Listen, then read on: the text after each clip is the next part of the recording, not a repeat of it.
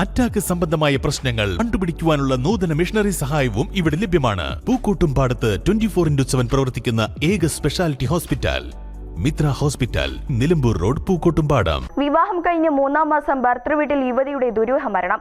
കൊലപാതകമെന്ന് യുവതിയുടെ മാതാപിതാക്കൾ. Kalikavu police case അന്വേഷണം നടത്തുന്നില്ലെന്ന് മുഖ്യമന്ത്രി ഉൾപ്പെടെയുള്ളവർക്ക് പരാതി നൽകിയതായി മാതാപിതാക്കൾ വാർത്താസമ്മേളനത്തിൽ പറഞ്ഞു. പള്ളിശ്ശേരി പൂതനാലി റഷീദയുടെയും ഈന്തൻകുഴിയൻ അഷ്റഫിന്റെയും മകൾ 19-കാരി നാദിയയെ ജനുവരി 29-ന് പൂങ്ങോട് ചിറ്റയിലെ ഭർത്തൃവീട്ടിൽ കിടപ്പുമുറിയിൽ ജനൽ കമ്പിയിൽ തൂങ്ങി മരിച്ച നിലയിൽ കണ്ടെത്തിയത്. 2025 ഒക്ടോബർ 20-നായിരുന്നു കാളികാവ് പൂങ്ങോട് ചിറ്റയിൽ കീടക്കല്ലൻ നിഷാദിന്റെയും നാദിയുടെയും വിവാഹം നടന്നത്. വിവാഹം കഴിഞ്ഞ് 3 മാസങ്ങൾക്ക് ശേഷം 2026 ജനുവരി 29-നാണ് നാദിയ ഭർത്തൃവീട്ടിലെ കിടപ്പുമുറിയിൽ ജലക്കമ്പിയിൽ തൂങ്ങി മരിച്ച നിലയിൽ കാണപ്പെട്ടത്. എന്നാൽ ഏറെ ദുരൂഹതയുള്ള സംഭവമായിട്ടും കേസ് അന്വേഷിച്ച കാളികാവ് പോലീസ് മാതാപിതാക്കളുടെ മൊഴിയെടുക്കുകയോ സംശയമുള്ള ആളെ ചോദ്യം ചെയ്യുകയോ ചെയ്തില്ലെന്ന് നാദിയുടെ മാതാപിതാക്കൾ പറഞ്ഞു. ഭർത്തൃമാതാവിന്റെ സഹോദരി പുത്രൻ എടത്തനാട്ടുകര സ്വദേശിയായ യുവാവിനെ നാദിയ മരിച്ച ദിവസം അതേ വീട്ടിൽ സംശയാസ്പദമായ രീതിയിൽ പലരും കണ്ടതായും നാദിയുടെ മാതാപിതാക്കൾ പറഞ്ഞു. 2025 ഒക്ടോബർ 20-ന് കല്യാണം കഴിഞ്ഞിട്ട് ജനുവരി 29-ന് രാവിലെ 8:40 എനിക്ക് വിളിച്ചിട്ട് കുട്ടി മരിച്ചു എന്നാണ് പറഞ്ഞത്. രാത്രി 9:15 എൻ്റെ വൈഫിനെ വിളിച്ചപ്പോൾ ഒന്നും തക്കതായ കാര്യങ്ങളൊന്നും വളരെ ചുരിച്ച് കളിച്ചാണ് എൻ്റെ കുട്ടി വർത്തമാനം പറഞ്ഞത്. 9:41-ന് എൻ്റെ ഓളെ ഭർത്താവ് നിഷാദ് അവൾക്ക് വിളിച്ചിട്ടുണ്ട്. പിന്നെ അവൾ വിളിച്ചിട്ട് എടുത്തിട്ടുമില്ല. അവൾക്ക് വിളിച്ചിട്ട് ഫോൺ എടുത്തില്ല അവൾ. അപ്പോൾ ഈ ഫോൺ എവിടെ പോയി, എന്ത് സംഭവിച്ചു? പോലീസുകാരൻ തന്നെ എന്നോട് പറഞ്ഞത്, കാക്ക നിങ്ങളെ കുട്ടീൻ്റെ ഫോൺ അടുക്കളയിൽ നിന്നാണ് കിട്ടിയത്. 2 ഫോണുണ്ട്. ഈ 2 ഫോണും അടുക്കളയിൽ നിന്നാണ് കിട്ടിയത്. പിന്നെ ഡോറ് തുറന്നതെന്ന് പറഞ്ഞാൽ അവർ എങ്ങനെ തുറന്നതെന്ന് പറഞ്ഞാൽ ഒരാളോട് പറഞ്ഞത് ഡോർമ കൊട്ടിയിട്ട് ചാവി കീപ്പെട്ട് ചാടി എന്നിട്ട് ഈർക്കിലോണ്ട് തോണ്ടിയിട്ടു. വേറൊരാളോട് പറഞ്ഞത് സ്കൂട്ടർ കൊണ്ട് തോണ്ടിക്കാണ്ട് ചാവി കീപ്പെട്ട് ചാട്ടി വന്നിട്ട് തോണ്ടിയിട്ടു എന്നാണ് പറഞ്ഞത്. പിന്നെ ഈ കുട്ടി ഇങ്ങനെ ഒരിക്കലും ചെയ്യുന്ന കുട്ടിയല്ല. എല്ലാവരോടും അന്വേഷിച്ചറിയാം. അവിടെ അയൽവാസികളോടും ഇവിടെ അയൽവാസികളോടും ഓളെ കൂടെ പഠിച്ചവരോടും മിൻസിലാണ് ഓൾ ട്രെയിനിങ് ചെയ്ത് അവിടെ പോയി ചോദിച്ചാൽ എല്ലാവർക്കും അറിയാം ഓളെ കാര്യം. ഓൾ ഒരിക്കലും ആത്മഹത്യൻ്റെ വക്കീലൊന്നും അല്ല. നല്ല കുട്ടിയാണ് ഓൾ. നല്ല പഠിച്ചും ചെയ്ത് എല്ലാം കൊണ്ട് ഓൾ വളരെ ഉഷാറായിട്ട് കുട്ടിയാണ്. രാത്രി 9:00-ക്ക് വിളിച്ച് 9:15 പെണ്ണുങ്ങൾക്ക് വിളിച്ചപ്പോൾ ഓൾ അതിനെപ്പറ്റി ഒന്നും സംസാരിച്ചില്ല. 9:41 ഭർത്താവ് വിളിച്ചപ്പോൾ ഒന്നും ഓൾ പറഞ്ഞില്ല. പിന്നെ 9:10 മണിയായപ്പോൾ തന്നെ ഓളെ ഭർത്താവ് നേരം പോയിക്കോളോളെ ഫോണൊക്കെ അടിച്ചിട്ടുണ്ട്. ശരിയാണ്, ഓളെ ഫോൺ ഓളെ കയ്യിൽ ആരോ മാറ്റിയിട്ടുണ്ട്. അതാണ് ഇതിൻ്റെ സത്യം. രാവിലെ 7 മണിക്ക് മരണം പോലെ അറിഞ്ഞിട്ട് എനിക്ക് വിളിക്കാൻ എന്തുകൊണ്ട് 8:45 8:40 നമുക്കറിയില്ല. എന്താണ് സത്യം അറിയാൻ വേണ്ടിയാണ് ഞാൻ വന്നത്. പിന്നെ പോലീസിൻ്റെ അന്വേഷണം എനിക്ക് തൃപ്തിയല്ല. പോസ്റ്റ്മോർട്ടം റിപ്പോർട്ടിൽ 3 പ്രാവശ്യം ഞാൻ അവിടെ പോയപ്പോൾ തെന്നിയില്ല, ആയില്ല, അങ്ങനെയൊക്കെയാണ് പറയുന്നത്. പിന്നെ ഇപ്പോൾ 4 ദിവസം മുമ്പ് എൻ്റെ ഒരാവശ്യത്തിന് അവിടെ പോയപ്പോൾ പ്രാഥമിക റിപ്പോർട്ട് എനിക്ക് തന്നിട്ടുണ്ട്. അതിലും ഞാൻ തൃപ്തനല്ല. പിന്നെ ഈ മരണ ദിവസം ഈ ഭർത്താവിൻ്റെ വീട്ടിൽ സംശയമായിട്ടുള്ള ആളെ ഞാൻ കണ്ടിട്ടുണ്ട്. ഞാനല്ല, ഒരുപാട് ആളുകൾക്ക് സംശയമുണ്ട്. ആസിഫ് എன்ற ആളാണ് ഈ നിഷാദിൻ്റെ ഉമ്മാൻ്റെ ജ്യേഷ്ഠത്തിൻ്റെ മകനാണ്. ഓനാണ് വെപ്രാളും ഒക്കെ കണ്ടപ്പം എൻ്റെ ജ്യേഷ്ഠന് ഈ ഡോറ് ചാവി എങ്ങനെ തോണ്ടി കിട്ടുമെന്ന് ടോർച്ച് അടിച്ചൊക്കെ എൻ്റെ ജ്യേഷ്ഠനോട് ചൂടായിട്ടുണ്ട്. നിങ്ങളെന്താണ് നോക്കുന്നത്? പോലീസുകാർ നോക്കൂലേ? നിങ്ങൾക്ക് എന്താ അതിൻ്റെ പണിയൊക്കെ വെച്ച് ജ്യേഷ്ഠൻ. പിന്നെ അവിടെ കൂടിയൊക്കെ 60% ആളുകൾക്കറിയാം ഓരോ അസ്വസ്ഥത അങ്ങോട്ടും ഇങ്ങോട്ടും പാഞ്ഞ് നടക്കണതാണ്. കുറേ ഈ മരിച്ച ഡോറിൻ്റെ എത്തിക്കും, കുറേ ജനാലിൻ്റെ എത്ത് പോയിക്കും, കുറേ സിറ്റൗട്ടിൽ നിൽക്കും. ഓനങ്ങനെ ആശ്രയപ്പെടാൻ ഓൻ്റെ കുട്ടി ഓൻ്റെ ആരും അല്ലല്ലോ. ഭർത്താവിൻ്റെ അനിയനോ അല്ലെങ്കിൽ ആരാണെങ്കിൽ നമുക്ക് അങ്ങനെ സ്വാഭാവികമായിട്ടുണ്ടാകാം. ഇത് ഓൻ ആ കുട്ടീൻ്റെ ആരുമല്ല. മരോൻ്റെ ഉമ്മാൻ്റെ ഏട്ടത്തിൻ്റെ മകനാണ്. ഓനെന്താണ് അസ്വസ്ഥപ്പെടേണ്ട ആവശ്യം? ഓനെന്താണ് ജ്യേഷ്ഠനോട് ചൂടാകേണ്ട ആവശ്യം? അങ്ങനെ ഒരുപാട് സംശയങ്ങൾക്ക് ഇതിൽ ബാക്കിയുണ്ട്. എനിക്ക് ആ മരണകാരണം വിട്ട് ഞാൻ ഏത് അറ്റം വരെയും പോകും. സംഭവം നടക്കുമ്പോൾ നാദിയുടെ ഭർത്താവ് ജോലിയുടെ ഭാഗമായി ബംഗളൂരുവിലായിരുന്നു.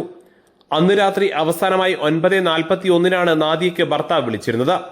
പിന്നീട് രാവിലെ 7:30 ഭർത്തൃവീട്ടുകാർ നാദിയുടെ മാതാവിനെ മരണവിവരം വിളിച്ചു പറഞ്ഞത്. എന്നാൽ മരിച്ച അതേ ദിവസം മാതാവ് റഷീദ മകളുമായി ഏറെ നേരം സംസാരിച്ചിരുന്നതായും യാതൊരു പ്രയാസവും മകൾക്കുണ്ടായിരുന്നില്ലെന്നും പൂർണ്ണ സന്തോഷവതിയായിരുന്നുവെന്നും മാതാവ് പറഞ്ഞു. ആത്മഹത്യ ചെയ്യൂല. ഒന്നാമത്തെ കാരണം അത് നിന്റെ കുട്ടിക്ക് എനിക്ക് അന്ന് രാത്രി 28-ാം തീയതി എനിക്ക് രാത്രി വിളിച്ചിരുന്നു. അപ്പോൾ കുട്ടി ഒരു ബുദ്ധിമുട്ടുള്ള കാര്യം എന്നോട് പറഞ്ഞിട്ടില്ല. പിന്നെ അന്ന് മരിക്കണ അന്ന് 4 മണിക്ക് ഇങ്ങോട്ട് വരാമെന്ന് പറഞ്ഞത് എൻ്റെ വീട്ടിലേക്ക്. അപ്പോൾ അതിൻ്റെ ഇടയിൽ എന്തോ ഒരു സംഭവം എൻ്റെ കുട്ടിക്ക് അവിടെ നടന്നിട്ടുണ്ട്. അതുകൊണ്ടാണ് എൻ്റെ കുട്ടി അങ്ങനെ മരിക്കാനുള്ള കാരണം. അത് എന്തുകൊണ്ടാണെന്നില്ല ഞങ്ങൾക്ക് തെളിഞ്ഞ് കിട്ടണം. ഞങ്ങൾ കുറേ മുഖ്യമന്ത്രിക്ക് പിന്നെ IG-ക്ക് SP-ക്ക് ഒക്കെ ഞങ്ങൾ പരാതി കൊടുത്തിട്ടുണ്ട്. ഞങ്ങൾ ഇവിടെ കാളി പോലീസ് സ്റ്റേഷനിൽ കുറേ വട്ടം പോയി. അവർ ഞങ്ങൾക്ക് അനുകൂലമായിട്ടൊന്നും പറഞ്ഞിട്ടില്ല. അവർ ഞങ്ങൾ ചെല്ലുമ്പോൾ നോക്കാമെന്ന് മാത്രമേ പറയുന്നുള്ളൂ. അല്ലാതെ ഞങ്ങൾ അയാളെ സംശയിക്കാനുള്ള കാരണം എന്താ വെച്ചാൽ ഞങ്ങൾ അവിടെ നിന്ന് വന്ന എല്ലാവരും അയാളെ ഓരോ നീക്കുപോക്കങ്ങൾ കണ്ടിട്ട് എൻ്റെ മോനോട് വരെ സംശയം ചോദിച്ചിട്ടുണ്ട്. അതാരാണ്, നിൻ്റെ വാപ്പാൻ്റെ വീട്ടുകാരാണോ എന്നൊക്കെ ചോദിച്ചിട്ടുണ്ട്. അപ്പോൾ ഓനും അറിയില്ല. എൻ്റെ ആങ്ങളിനോട് ചോദിച്ചിട്ടുണ്ട്, ആങ്ങൾക്കും അറിയില്ല. അവിടെ എൻ്റെ മരുവൻ്റെ കൂട്ടുകാർക്കും അറിയില്ല ഓൻ ആരാന്നുള്ളത്. അങ്ങനെ എല്ലാവരും സംശയിച്ചിട്ടുണ്ട്. ഓൻ്റെ ഓരോ കാട്ടിക്കൂട്ടലുകൊണ്ടാണ് എല്ലാവർക്കും സംശയം വന്നത്. ഞങ്ങൾ എത്തുന്നതിൻ്റെ മുമ്പ് ഓനവിടെ എത്തിയിട്ടുമുണ്ട്. ഓൻ്റെ പേര് ആസിഫ്.